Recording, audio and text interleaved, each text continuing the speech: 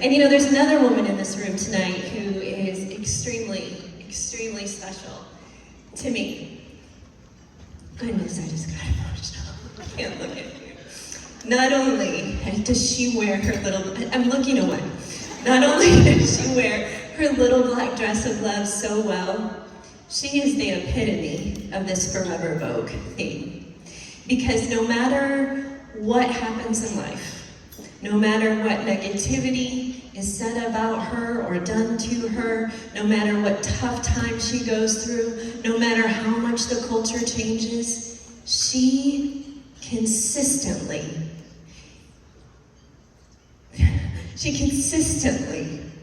lives her life for Jesus and loves people all along the way, no matter what they've done to her. And I'll tell you this, that my life is different because of her.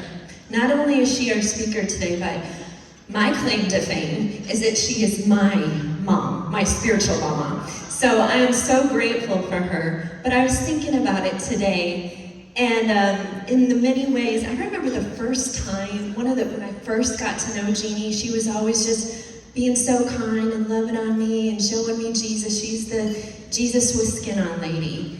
But I knew her as my youth pastor in our church, and I didn't know.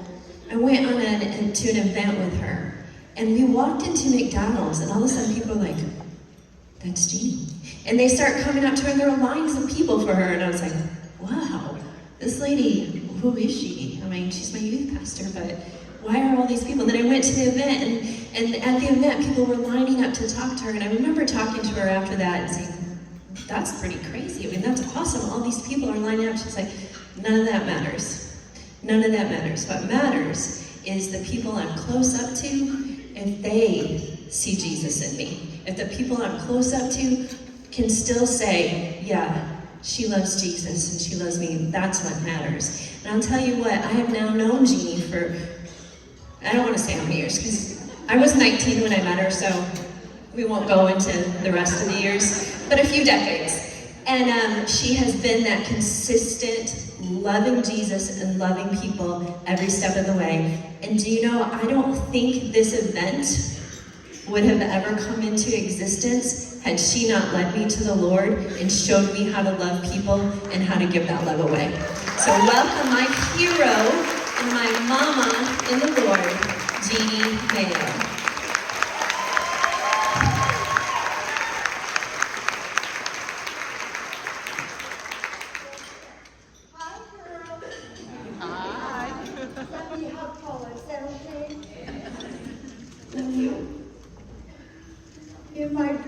My waist a little. You didn't think that was fun? It is. Girls, I am so honored to be with you tonight. Help me out. Look at the person next at the table and say, Jeanne is grateful you showed up. This work. Jeanne's grateful. Jeanne's grateful. I am.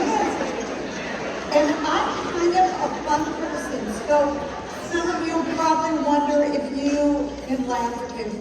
Certainly can. And I thought before I started sharing what's in my heart, I thought I needed to connect with this wonderful audience in a way that every woman would understand. At least every woman beyond 20. So gentlemen, this is fine. You will not be ruined by hearing what you're about to hear. Girls, what is the moment in life that we go, I like being a woman, but I'm not sure I do right now? What is the one x-ray that they don't even call by its legit name because they don't want to say the word breast? Yes, girls, it's a mammogram. Everybody go, oh. Oh, that wasn't loud enough. Oh, thank you. This side, you're a bit more festive than this side. Are you mad you didn't get enough little black dresses over here? Come on, girls. Thank you. Whoever you are. Okay. Okay, so I thought I'd have a quick, this is a woman's luncheon and share with you, because here's the deal.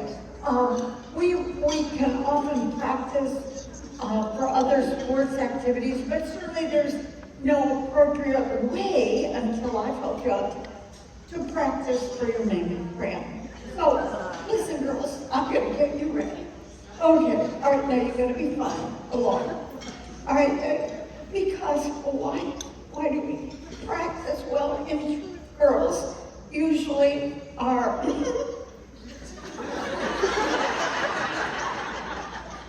they just hang around. And the older, the more they hang. All right, so here's the deal.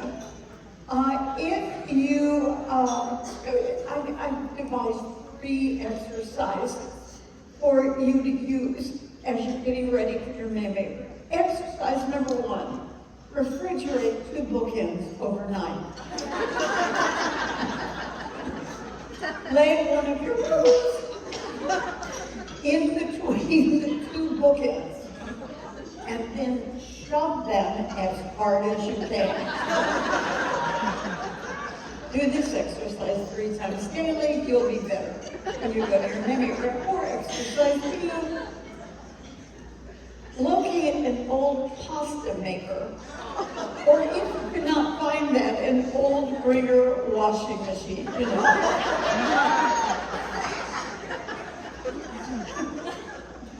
Feed your food into that machine and start cranking. Repeat daily. For the 3rd and final one, this is the advanced mammogram participation. Situate yourself comfortably on your side, on your garage floor. Then place one of your rows snugly behind the rear tire of the largest vehicle that you have in your house. When you get the signal, someone in your life, can be your husband, can be a friend, whoever, will know that they can put that car into reverse and roll the tire over, which will now be going, ooh, and hold it for 5 seconds. I suggest that you pray loudly when this occurs. If you do this enough, girls, you too can be, you maybe didn't win the little black dress award, but you could win the mammogram award. Applause, please, for all of you.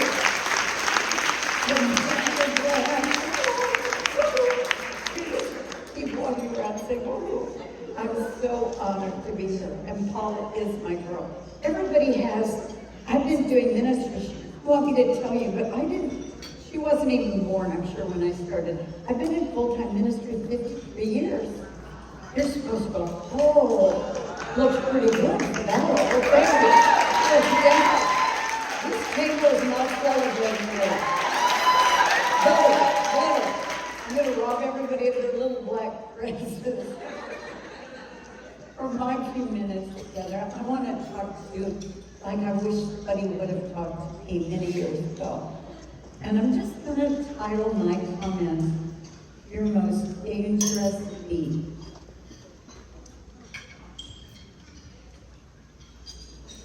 There's a guy in the Old Testament named Esau. Is it going to be now? Is that one? Okay. No, I love it.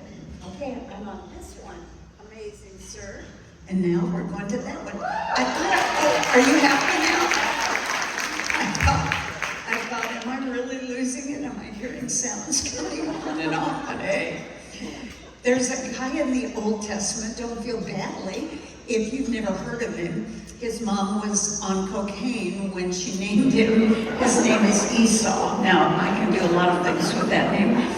And he, though, was the coveted owner of what in Old Testament times was called the birthright in a family. It was usually given to the oldest male in a family. And it was the big deal because you got the largest percentage of the wealth that was left, of the property, and of the spiritual leadership. And so Esau was the guy. He had a brother whose name was Jacob, who was very jealous of him. And you can read the account if you want to go home in Genesis 25, verses 29 through 34. You're amazing. You're starting it too early, but I love music, so you can play it the whole time if you want to. It'll make me feel more spiritual.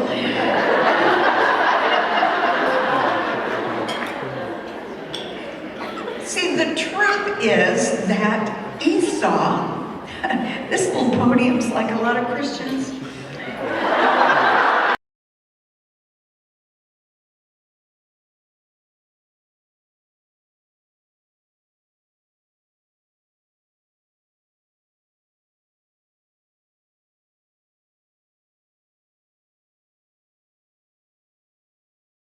He went hunting and he got home and he was so hungry that he was asking his brother Jacob for a bowl of this lentil soup he was making.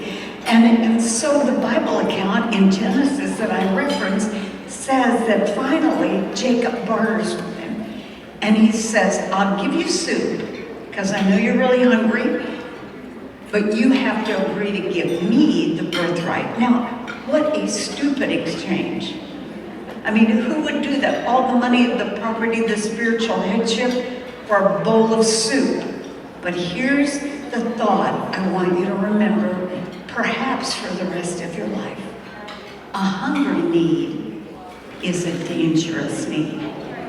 Do you hear that? Let me say it again because it's true, certainly not just physically. But all the needs in our life, a need to be accepted, a need to have somebody who cares what we think, a need to be thought lovely, need, whatever the list is, all the things that were talked about up here, a hungry need can become a very dangerous need. How do I know that? Well, it's because though I fly around the country and I'm on wonderful stages, much like this beautiful one all the time, no amount of applause or kindness can take the place of my hero, my husband, Pastor Sam Mayo, who went to be with Jesus 6 years ago. So I understand hungry need, a hungry need to have somebody to talk to after the office team leaves, a hungry need to feel like somebody, I'm pretty, a hungry need, we've all got them. And I have to know that even at my stage in life, those hungry needs, if I don't own them, can become very dangerous. I love this quote, girls. It's worth thinking of writing down. Ships don't sink because of the water around them. Ships sink because the water gets inside of them. So for all of us, when those hungry need moments come, we have to remind ourselves to say to Jesus, please don't let what's happening around me get inside of me and weigh me down. Many of these wonderful women that you saw on the stage already could have let life weigh them down, but they and Jesus have partnered with that beautiful mantra of wearing love and thereby in Jesus remaining forever vogue. I love this quote from one of my favorite guys, a man named C.S. Lewis. The only place in all the universe where we can be completely safe from the dangers of love is hell. Because that desire, that hungry need to be loved, and all the other adjectives that would go with it, we all understand it. Oh, girls, movies, music, media lies to us.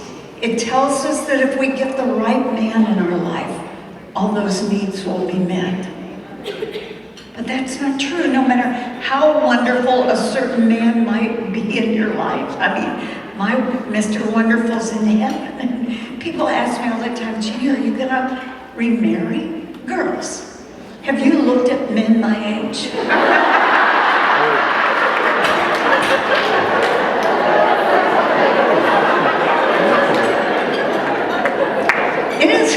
like looking for a parking space.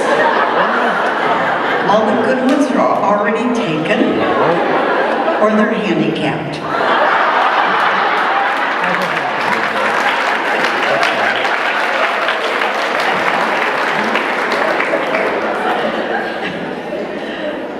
So yes, I want to continue to be forever Vogue, but I've got to realize that the meaning of my hungry need will not rest in finding somebody. And even though I was married to the closest thing I have ever physically known to Jesus here on earth, my husband who's in heaven, I've got to tell you, society doesn't give you a real picture of marriage because no other human being can always understand you, can always say to your heart, I just belched it, did you hear that? That chicken might have had some gases inside of it. Or was it turkey? I don't know. It was plump, whatever. Dinner was delicious, wasn't it, girls? Usually they serve you, never mind. But I mean, not a little black dress. It's always wonderful here. But I do have hungry needs. We all do. Let me unpack just a couple for a minute. A hungry need, first of all, I think, for a dad, a father. If you have an amazing father, you are blessed, and that is rare. And even in today's world, if you have a man in your house who's trying to be an amazing father, even more rare. I didn't have a dad who even knew Jesus until very late in life, and he was, you know, we often say parents are just kids who grew up and had kids. So to say that things were bumpy, he was quite a heavy drinker, and some other things happened in our life. My life, I was the only child because my mom had our RH factor before the shot had come out. And so it was that, gosh, my dad, probably a month before I got married, I had the privilege of leading he and my mama to the Lord. But there were a lot of years that little Jeanne, growing up in Indianapolis, Indiana, had far from the perfect dad. Even if your dad was remarkable, let me explain to you that there is one Father in heaven who is so glad you're here tonight, who wants you to hear so loudly over his microphone that his Father heart deeply loves and cares about you. True story of an Iroquois Indian boy. And he was, in the tradition of the Iroquois Indians, was going to be brought officially by the tribe into adulthood, malehood. And the primitive art was, and tradition was that young boy at a certain age, around 12, would be taken by his father and the other men in the tribe to a very dark place in the very frightening jungle around them. And he would be told to disrobe, to make him as vulnerable as he could be, and then the men would all leave. And he was told that in order to be a true man in the Iroquois tribe, he had to stay with bravery all night long. Anything that came, he had no weapons. He was totally unclothed. It was pitch black. And as his father and the other men left with their torches in the darkness, I can't imagine how scary it was. And as he heard sounds of lions and wild animals coming near, and I can't imagine how long several hours were, how many times he wanted to run back and say, I give up, forget it. And we've all wanted to run back and give up. And the true story says that as the sun began to come up, he was rubbing his eyes and he could finally see shadows. And he looked behind him for a moment, and in a tall tree just a few yards behind him, he saw a shadow. He saw a silhouette. A man with his bow and arrow already aimed so as to be able to quickly destroy any animal that might have attempted to harm him was in that tree. And you're ahead of me. That man was his father. And I just want to remind every woman, not just our guests, but even some of us who come to many of these, I can't think of a finer message than to remind you that you are the apple of the Father's eye.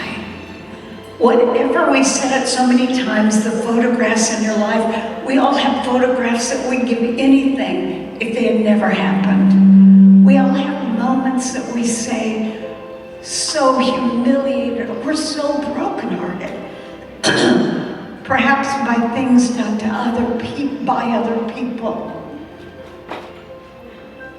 But that dad says in Isaiah, fear not, I've called you by your very name. I know you. I've got you and you're mine. So that hungry need for a father, he just is so glad you showed up tonight so he could remind you again, you're his daughter. And then for me anyway, another hungry need that shouts at me is the hungry need for a trusted, loyal friend. Paula and I got to catch up a little bit. She is the apple of my eye, and she is the director of Little Black Dress through all these amazing years. She is so brilliant to honor her team, and wisely she does. But ladies, everything rises and falls on leadership. And without Paula and her amazing husband, John, Little Black Dress would not have been. So tonight, as we were talking before we came down here and trying to catch up, she's such a good daughter that when she asks me how I am, I really answer it. You know that most people you don't answer. At least I certainly don't. And I was just telling her without Sam and some other things that have happened, the road is lonely. Some other silly things that really kind of ripped career and many things away. And as I was whining to her, now everybody needs one friend you can whine to. Even when my husband was alive, he wasn't good at that. I'd try whining to him and he would do the instinctive male thing. He wanted to fix it. And I would say, I don't want you to fix it, I want you to feel it. That's what I would say. But Paula was being my girl and listening. And she said, oh, Mom, I just wish we lived in the same city, and how much I do. Because she's not only a daughter, but she's a loyal, trusted friend. Well, Paula doesn't live near me. We'll see each other maybe once every few years. And when life is a bit challenging or one of us thinks we'll text, what I wouldn't give to have a Paula live near me or in the same city, and I bet that's true for you. A trusted, loyal friend. Somebody who always has your back. Somebody that you never have to second guess. Somebody who knows the worst about you and still loves you deeply. Somebody who will never gossip behind your back calling it a prayer request.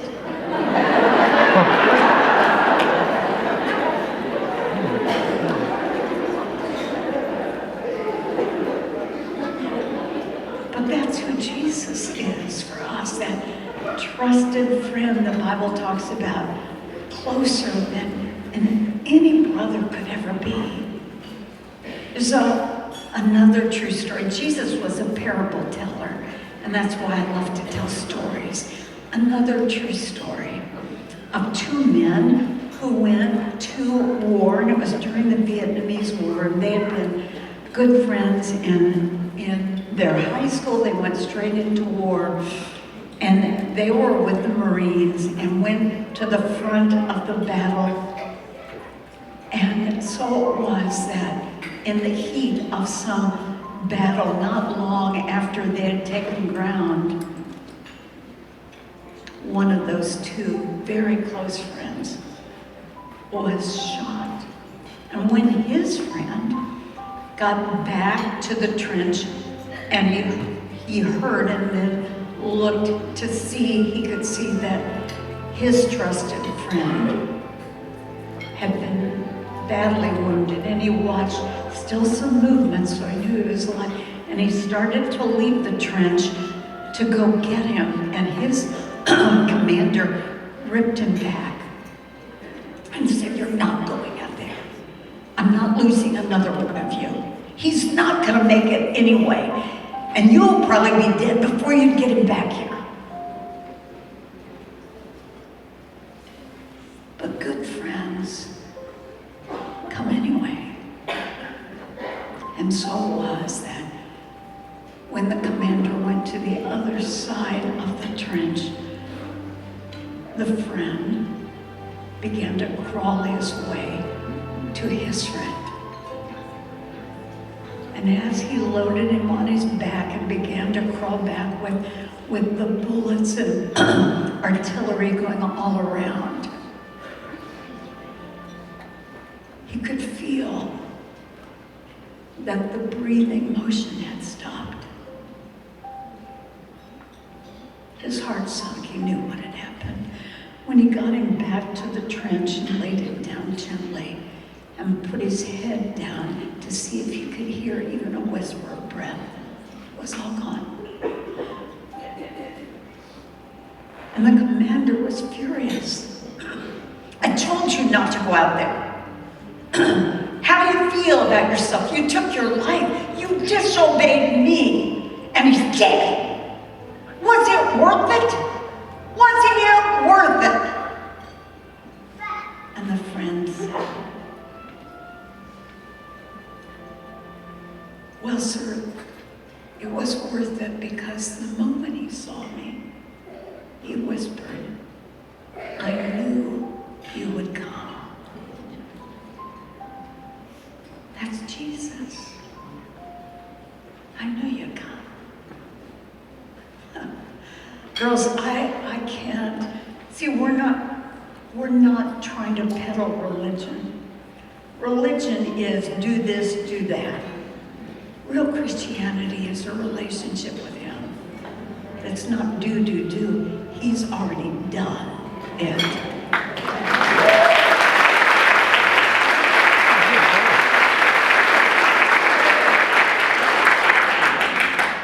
And He has a friend who's always there. He's the one I talk to late at night when I'm sick of watching stupid DVR shows. Oh my Lord, have you know, the polygamous one? Have you seen that one? Oh, come on, some of you gotta watch it. What's it called? Sister Wives. Oh dear Lord, they're all divorcing. How do you even divorce if you're polygamous? I'm really confused. You know, or then the Alaska shows. Do you watch any of those below zero? They're lovely. I don't have COVID, don't worry, I have cough-induced asthma, so don't worry, you can tell me hi and I'm not gonna on you. All right. Last of all, hungry need sometimes makes me, anyway, want a hero. I've asked the wonderful people at the booth back there if they could play my hero song. Do you remember that old Bette Midler song, Wind Beneath My Wings? Oh gosh, that's my husband. Even when I hear that intro, my heart melts. Has anyone told you it must have been cold in my shadow? we pastored together, but he was this incredible hero who wanted me to be all I could be. Most guys that I went to college with in a Christian school, the fact that I had a couple of little gifts intimidated them, not Sam Mayo. Turned out a little bit.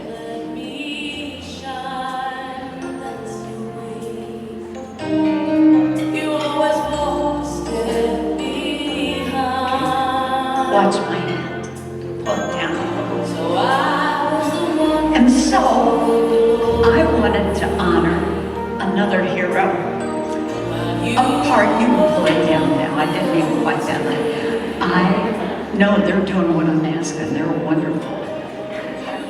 Don't you just get saved over that song? Not that far down. Keep it going. I want to hear this song. I'm gonna have a moment. That's, you know it, don't you? Come on, sing it.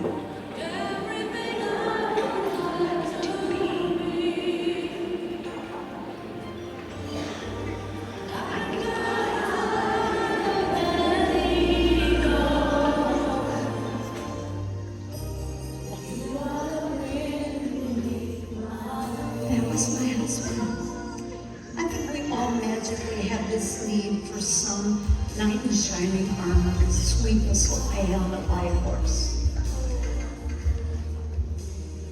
You aren't gonna probably find one down here on Earth, girls.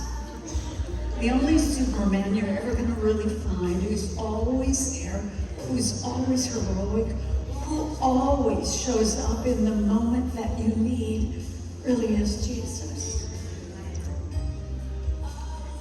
Next to my own biological children, no one got as many prayers from me on the business of finding a spouse as Paula Roach. Because most guys, I thought, were just not good enough for her. And then this gorgeous hunk of humanity in her life. John, quickly come, you're back somewhere there, so don't rebel, quickly. Get up to the stage, son. Come on, hurry real fast. Wild applause. Is he back there?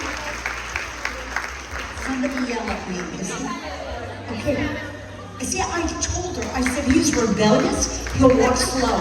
I predicted that. Oh, shit. Okay, you're gonna make me a liar. That's better. Oh, I need to hear the song. I need to hear the song. Because the reality is, no matter how wonderful people are in your life, no one but Jesus Christ can be your ultimate hero.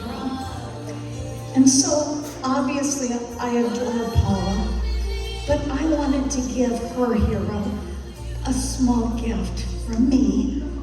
And so, if Chris had come on this stage, why don't we change where I told you to come? No, all right, there, okay. All right, now, he's a football lover, if you don't know that. All right, come here, son. All right, and let me clap. All right, now I gotta read it, you can't clap yet. Lovingly, I can't even read it up here, and I wrote it. Presented to one of the greatest heroes I have ever known, who never quits. That's what this helmet says. One of the most courageous and self-sacrificing men to ever enter my life. Lovingly proud, Mom Mayo. The one who never quits. Wild applause.